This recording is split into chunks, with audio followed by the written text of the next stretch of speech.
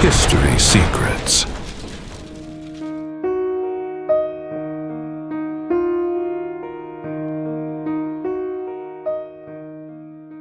The question seems simple, but it hides something deeper. What really makes you happy? Money? Power? Freedom? Love? Friendships? Experiences? When you answer, you are thinking about yourself, about your individual happiness. But this way of thinking is more recent than it seems. For most of human history, happiness was not an isolated experience. It was collective. You could not be happy alone. If your community was suffering, your joy depended on the well-being around you. Family, neighbors, group, and happiness was shared. This completely changes the logic. Today, when someone gains wealth, the first reaction is to preserve it, save, invest, accumulate. But in the past, the logic was different.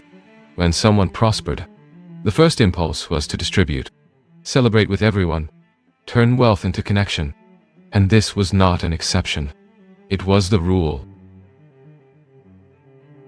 Imagine finding wealth unexpectedly.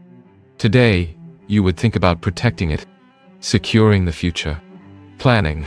But before, the response would be immediate. Organize a large feast. Share with everyone, because the value was not in what you possessed, but in how it impacted others. Reputation did not come from accumulation, but from generosity. This behavior was not limited to one culture. It repeated across different societies. It was a human pattern, because in that context, living well meant living together, and this reveals something important. The idea of the individual, as we understand it today, was not central. It practically did not exist. And this becomes even clearer when we observe punishments. Today, the worst punishment is death. But before, it was something different. Being expelled, being excluded from the community, because that meant losing everything. Protection, identity, belonging. You cease to exist socially. And in that world, that was worse than dying. This raises an inevitable question. If the individual was not the center, what was? The answer is simple. The collective. And this completely changes the way we understand happiness. Because happiness was not about feeling good. It was about belonging, contributing, being recognized, being integrated. But then something changed. And that change brought a new way of seeing the world. A new structure. A new narrative. A narrative where the individual is responsible for everything. For their achievements, for their failures, for their destiny. And this seems positive. But perhaps it is not that simple. To understand this, we need to consider two different ways of seeing reality. The first is ancient. In it, the human being is not in control. There are greater forces, invisible forces, unpredictable forces that interfere in life. Gods, fate, structures beyond comprehension. In this model, you do not control everything. You react. You adapt. You coexist with the unexpected. The second view is modern. In it, everything is explainable. You are the result of processes, memories, experiences, biology, and therefore, you can control yourself, modify behavior, correct flaws, improve results. In this model, control is individual, destiny is in your hands. The question seems obvious. Which of these views is correct? The modern one seems more convincing. It is scientific, rational, accepted. This is what we learn. This is what we believe. But what if this certainty is misleading? The answer that seems most logical may not be the most true, because what we learn as science is not always neutral. Sometimes it is functional. functional for a system. The modern view says that you have control, that your problems are inside you, that your emotions, your thoughts, your flaws are the result of your brain, your biology, your history, and therefore they can be corrected individually. But observe the effect of this. If everything is in you, then nothing is outside. The system stops being questioned. Society stops being analyzed. Structures stop being held accountable. And this changes everything. Because if the problem is individual, the solution is too. You do not need others. You do not need to act collectively. You only need to adjust yourself, adapt, correct yourself. Now, compare this with the previous view. In that view, you are not alone. There are external forces. There are larger structures. And more importantly, there is the collective. If something is wrong, it is not just you. It is the environment. It is the context. It is the system. And this opens a powerful possibility: collective action. And here is a central point. If you believe everything depends on you, you isolate yourself. But if you understand that there are greater forces, you connect. You identify with others. You realize you are not alone. And this allows something the modern system avoids: organization. Because an isolated individual is easy to control, but a conscious group is difficult to direct. And perhaps that is exactly why the modern narrative has been so reinforced.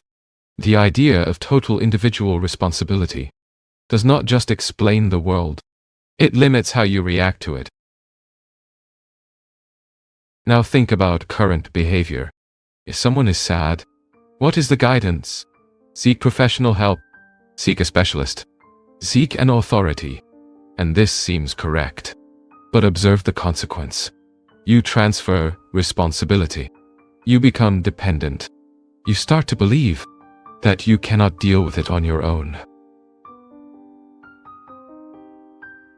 But historically, the responses were different. Movement, rest, conversation, time, natural processes, without constant mediation, without the institutionalization of human experience. And this does not mean rejecting knowledge, but questioning dependency, because a system that teaches you that you always need an authority is not just helping you, it is conditioning you. And then an interesting inversion emerges. The view that seems to give you total control may, in practice, weaken you, because it prevents you from seeing the whole, while the view that seems to limit your autonomy actually expands your awareness, because it shows you the system, it shows you the context, it shows you that you are part of something bigger.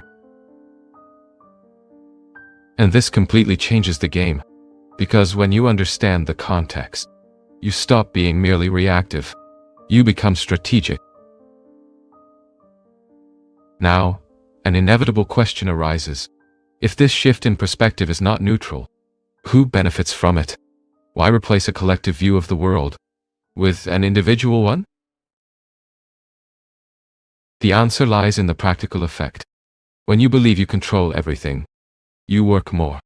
If you fail, it is your fault. If you do not progress, it is your responsibility. So, you push yourself. More hours, more energy, more dedication, because you believe the result depends only on you. But there is a silent consequence. You stop questioning the system. You do not ask if the rules are fair. You do not analyze the structures. You only try to adapt better. And this generates something extremely valuable. For those at the top, continuous productivity. Because, in the end, money itself does not produce anything.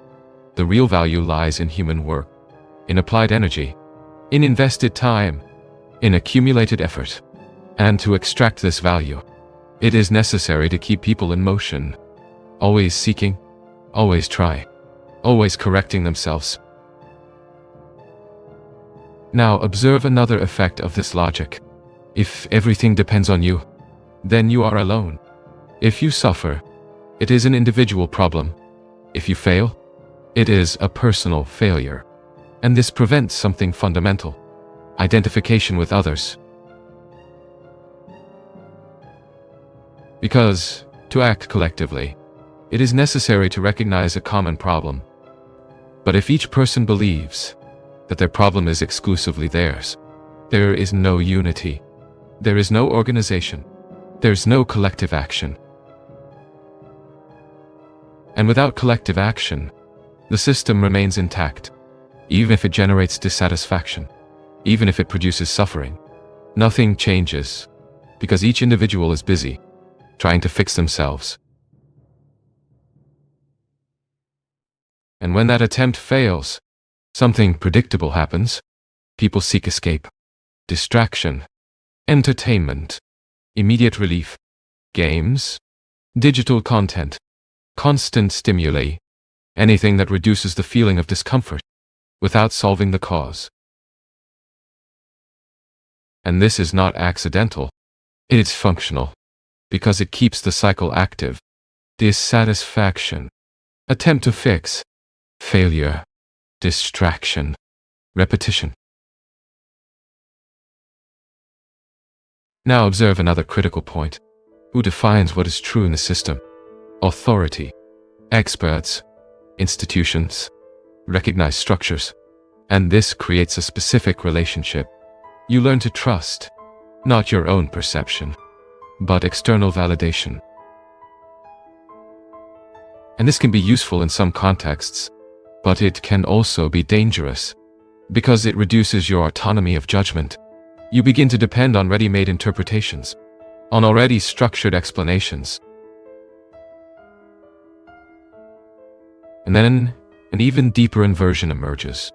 The system does not only define the answers, it defines the questions. It establishes which problems are legitimate and which should be ignored. And when this happens, control does not need to be visible. It becomes structural, integrated into the way you think. But there is an even deeper layer in this structure. It is not only in the way you think, it is in the way you learn. And this is where one of the most influential institutions of all appears. School. Why are you in school? The answer seems obvious. To learn, to acquire knowledge, to prepare for the future. But what if that is not the main function? Observe the process. You attend classes. You read content. You take tests. You receive grades. And these grades begin to define something essential. Who you are within the system. Smart or not. Capable or limited. Promising or disposable. But this classification raises a problem. It does not measure real learning. It measures adaptation to the system. Because real learning does not follow this format. Learning, historically, has always been practice, direct experience, observation, repetition, correction. An apprentice observed a master, made mistakes, tried again, and over time, mastered the skill. There was no standardized test. There was no grade. There was result. Now compare this with the current model. Years of study, accumulated theory, constant evaluations, but little real experience. And this creates a curious situation. Someone can spend years studying something without ever having practiced it and still be considered qualified, while someone with real experience, but without certification, can be discarded. This is not a mistake. It is a filter, a selection mechanism, because the system does not only need people who know how to do things, it needs people who obey a pattern, who follow rules, who accept external evaluations, who adapt to the structure. And school trains exactly that. Discipline, conformity, acceptance of hierarchy. You learn to wait for instructions, to follow guidelines, to be constantly evaluated. And over time, this becomes natural. You no longer question the process. You just participate in it, and then the division emerges. The good students and the bad students. But this division does not measure real intelligence. It measures fit to the model. Because, in practice, any human being is capable of learning almost anything. With time, with guidance, with practice. The difference is not in capacity. It is in access and method. But the system does not work like that. It needs to classify, separate, direct, decide who will occupy each position. And for that, it needs a simple narrative. Some are intelligent, others are not. Some deserve to advance, others should stay behind. And when you believe this, you accept your place, without questioning. And then we reach the question that is almost never asked. If school does not exist only to teach, then what does it really exist for? Observe carefully what happens over the years. You enter young, without references, without a defined identity. And, little by little, you begin to be shaped. You learn schedules. You learn rules. You learn to ask permission. You learn that there is someone above you, who evaluates, judges, and decides your value. And this repeats every day, for years, until it becomes normal, natural, automatic. You no longer notice, but you have been trained to function within a structure, trained to accept authority, trained to compete, trained to seek external validation, and, above all, trained not to question the system that evaluates you. Because questioning has a cost. It can affect your grade, your reputation, your opportunities. So you learn something essential. Adapting is safer than confronting. And this is not taught directly. It is absorbed, lived, repeated until it becomes behavior. Now think about the result of this. Millions of people go through this process, year after year, generation after generation, and they come out with something in common. The same logic internalized, the same way of interpreting the world, the same relationship with authority. This is not just education. It is standardization. It is alignment. It is the formation of collective behavior. And this explains why the system remains stable, even when it fails, even when it generates dissatisfaction. Because people have been trained to remain within it, not only by necessity, but by conditioning. Now, return to the initial idea. There's no such thing as a stupid student. There is a system that defines who serves it better. If you fit, you advance. If you do not fit, you are labeled. And the label becomes identity. I'm not good at this. I'm not intelligent. This is not for me. But these sentences were not born in you. They were constructed, reinforced, repeated until they seem true. And when you believe them, the system no longer needs to limit you. You do it yourself. This is the most efficient point of any structure. When control stops being external and becomes internal. When you no longer need to be forced, because you have already learned to adjust. And this is where everything connects.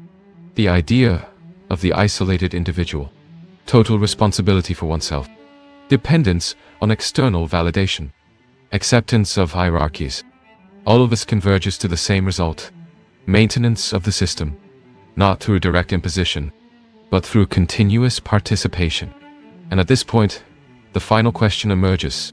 If you learn to play this game, without realizing you were playing, what happens when you realize?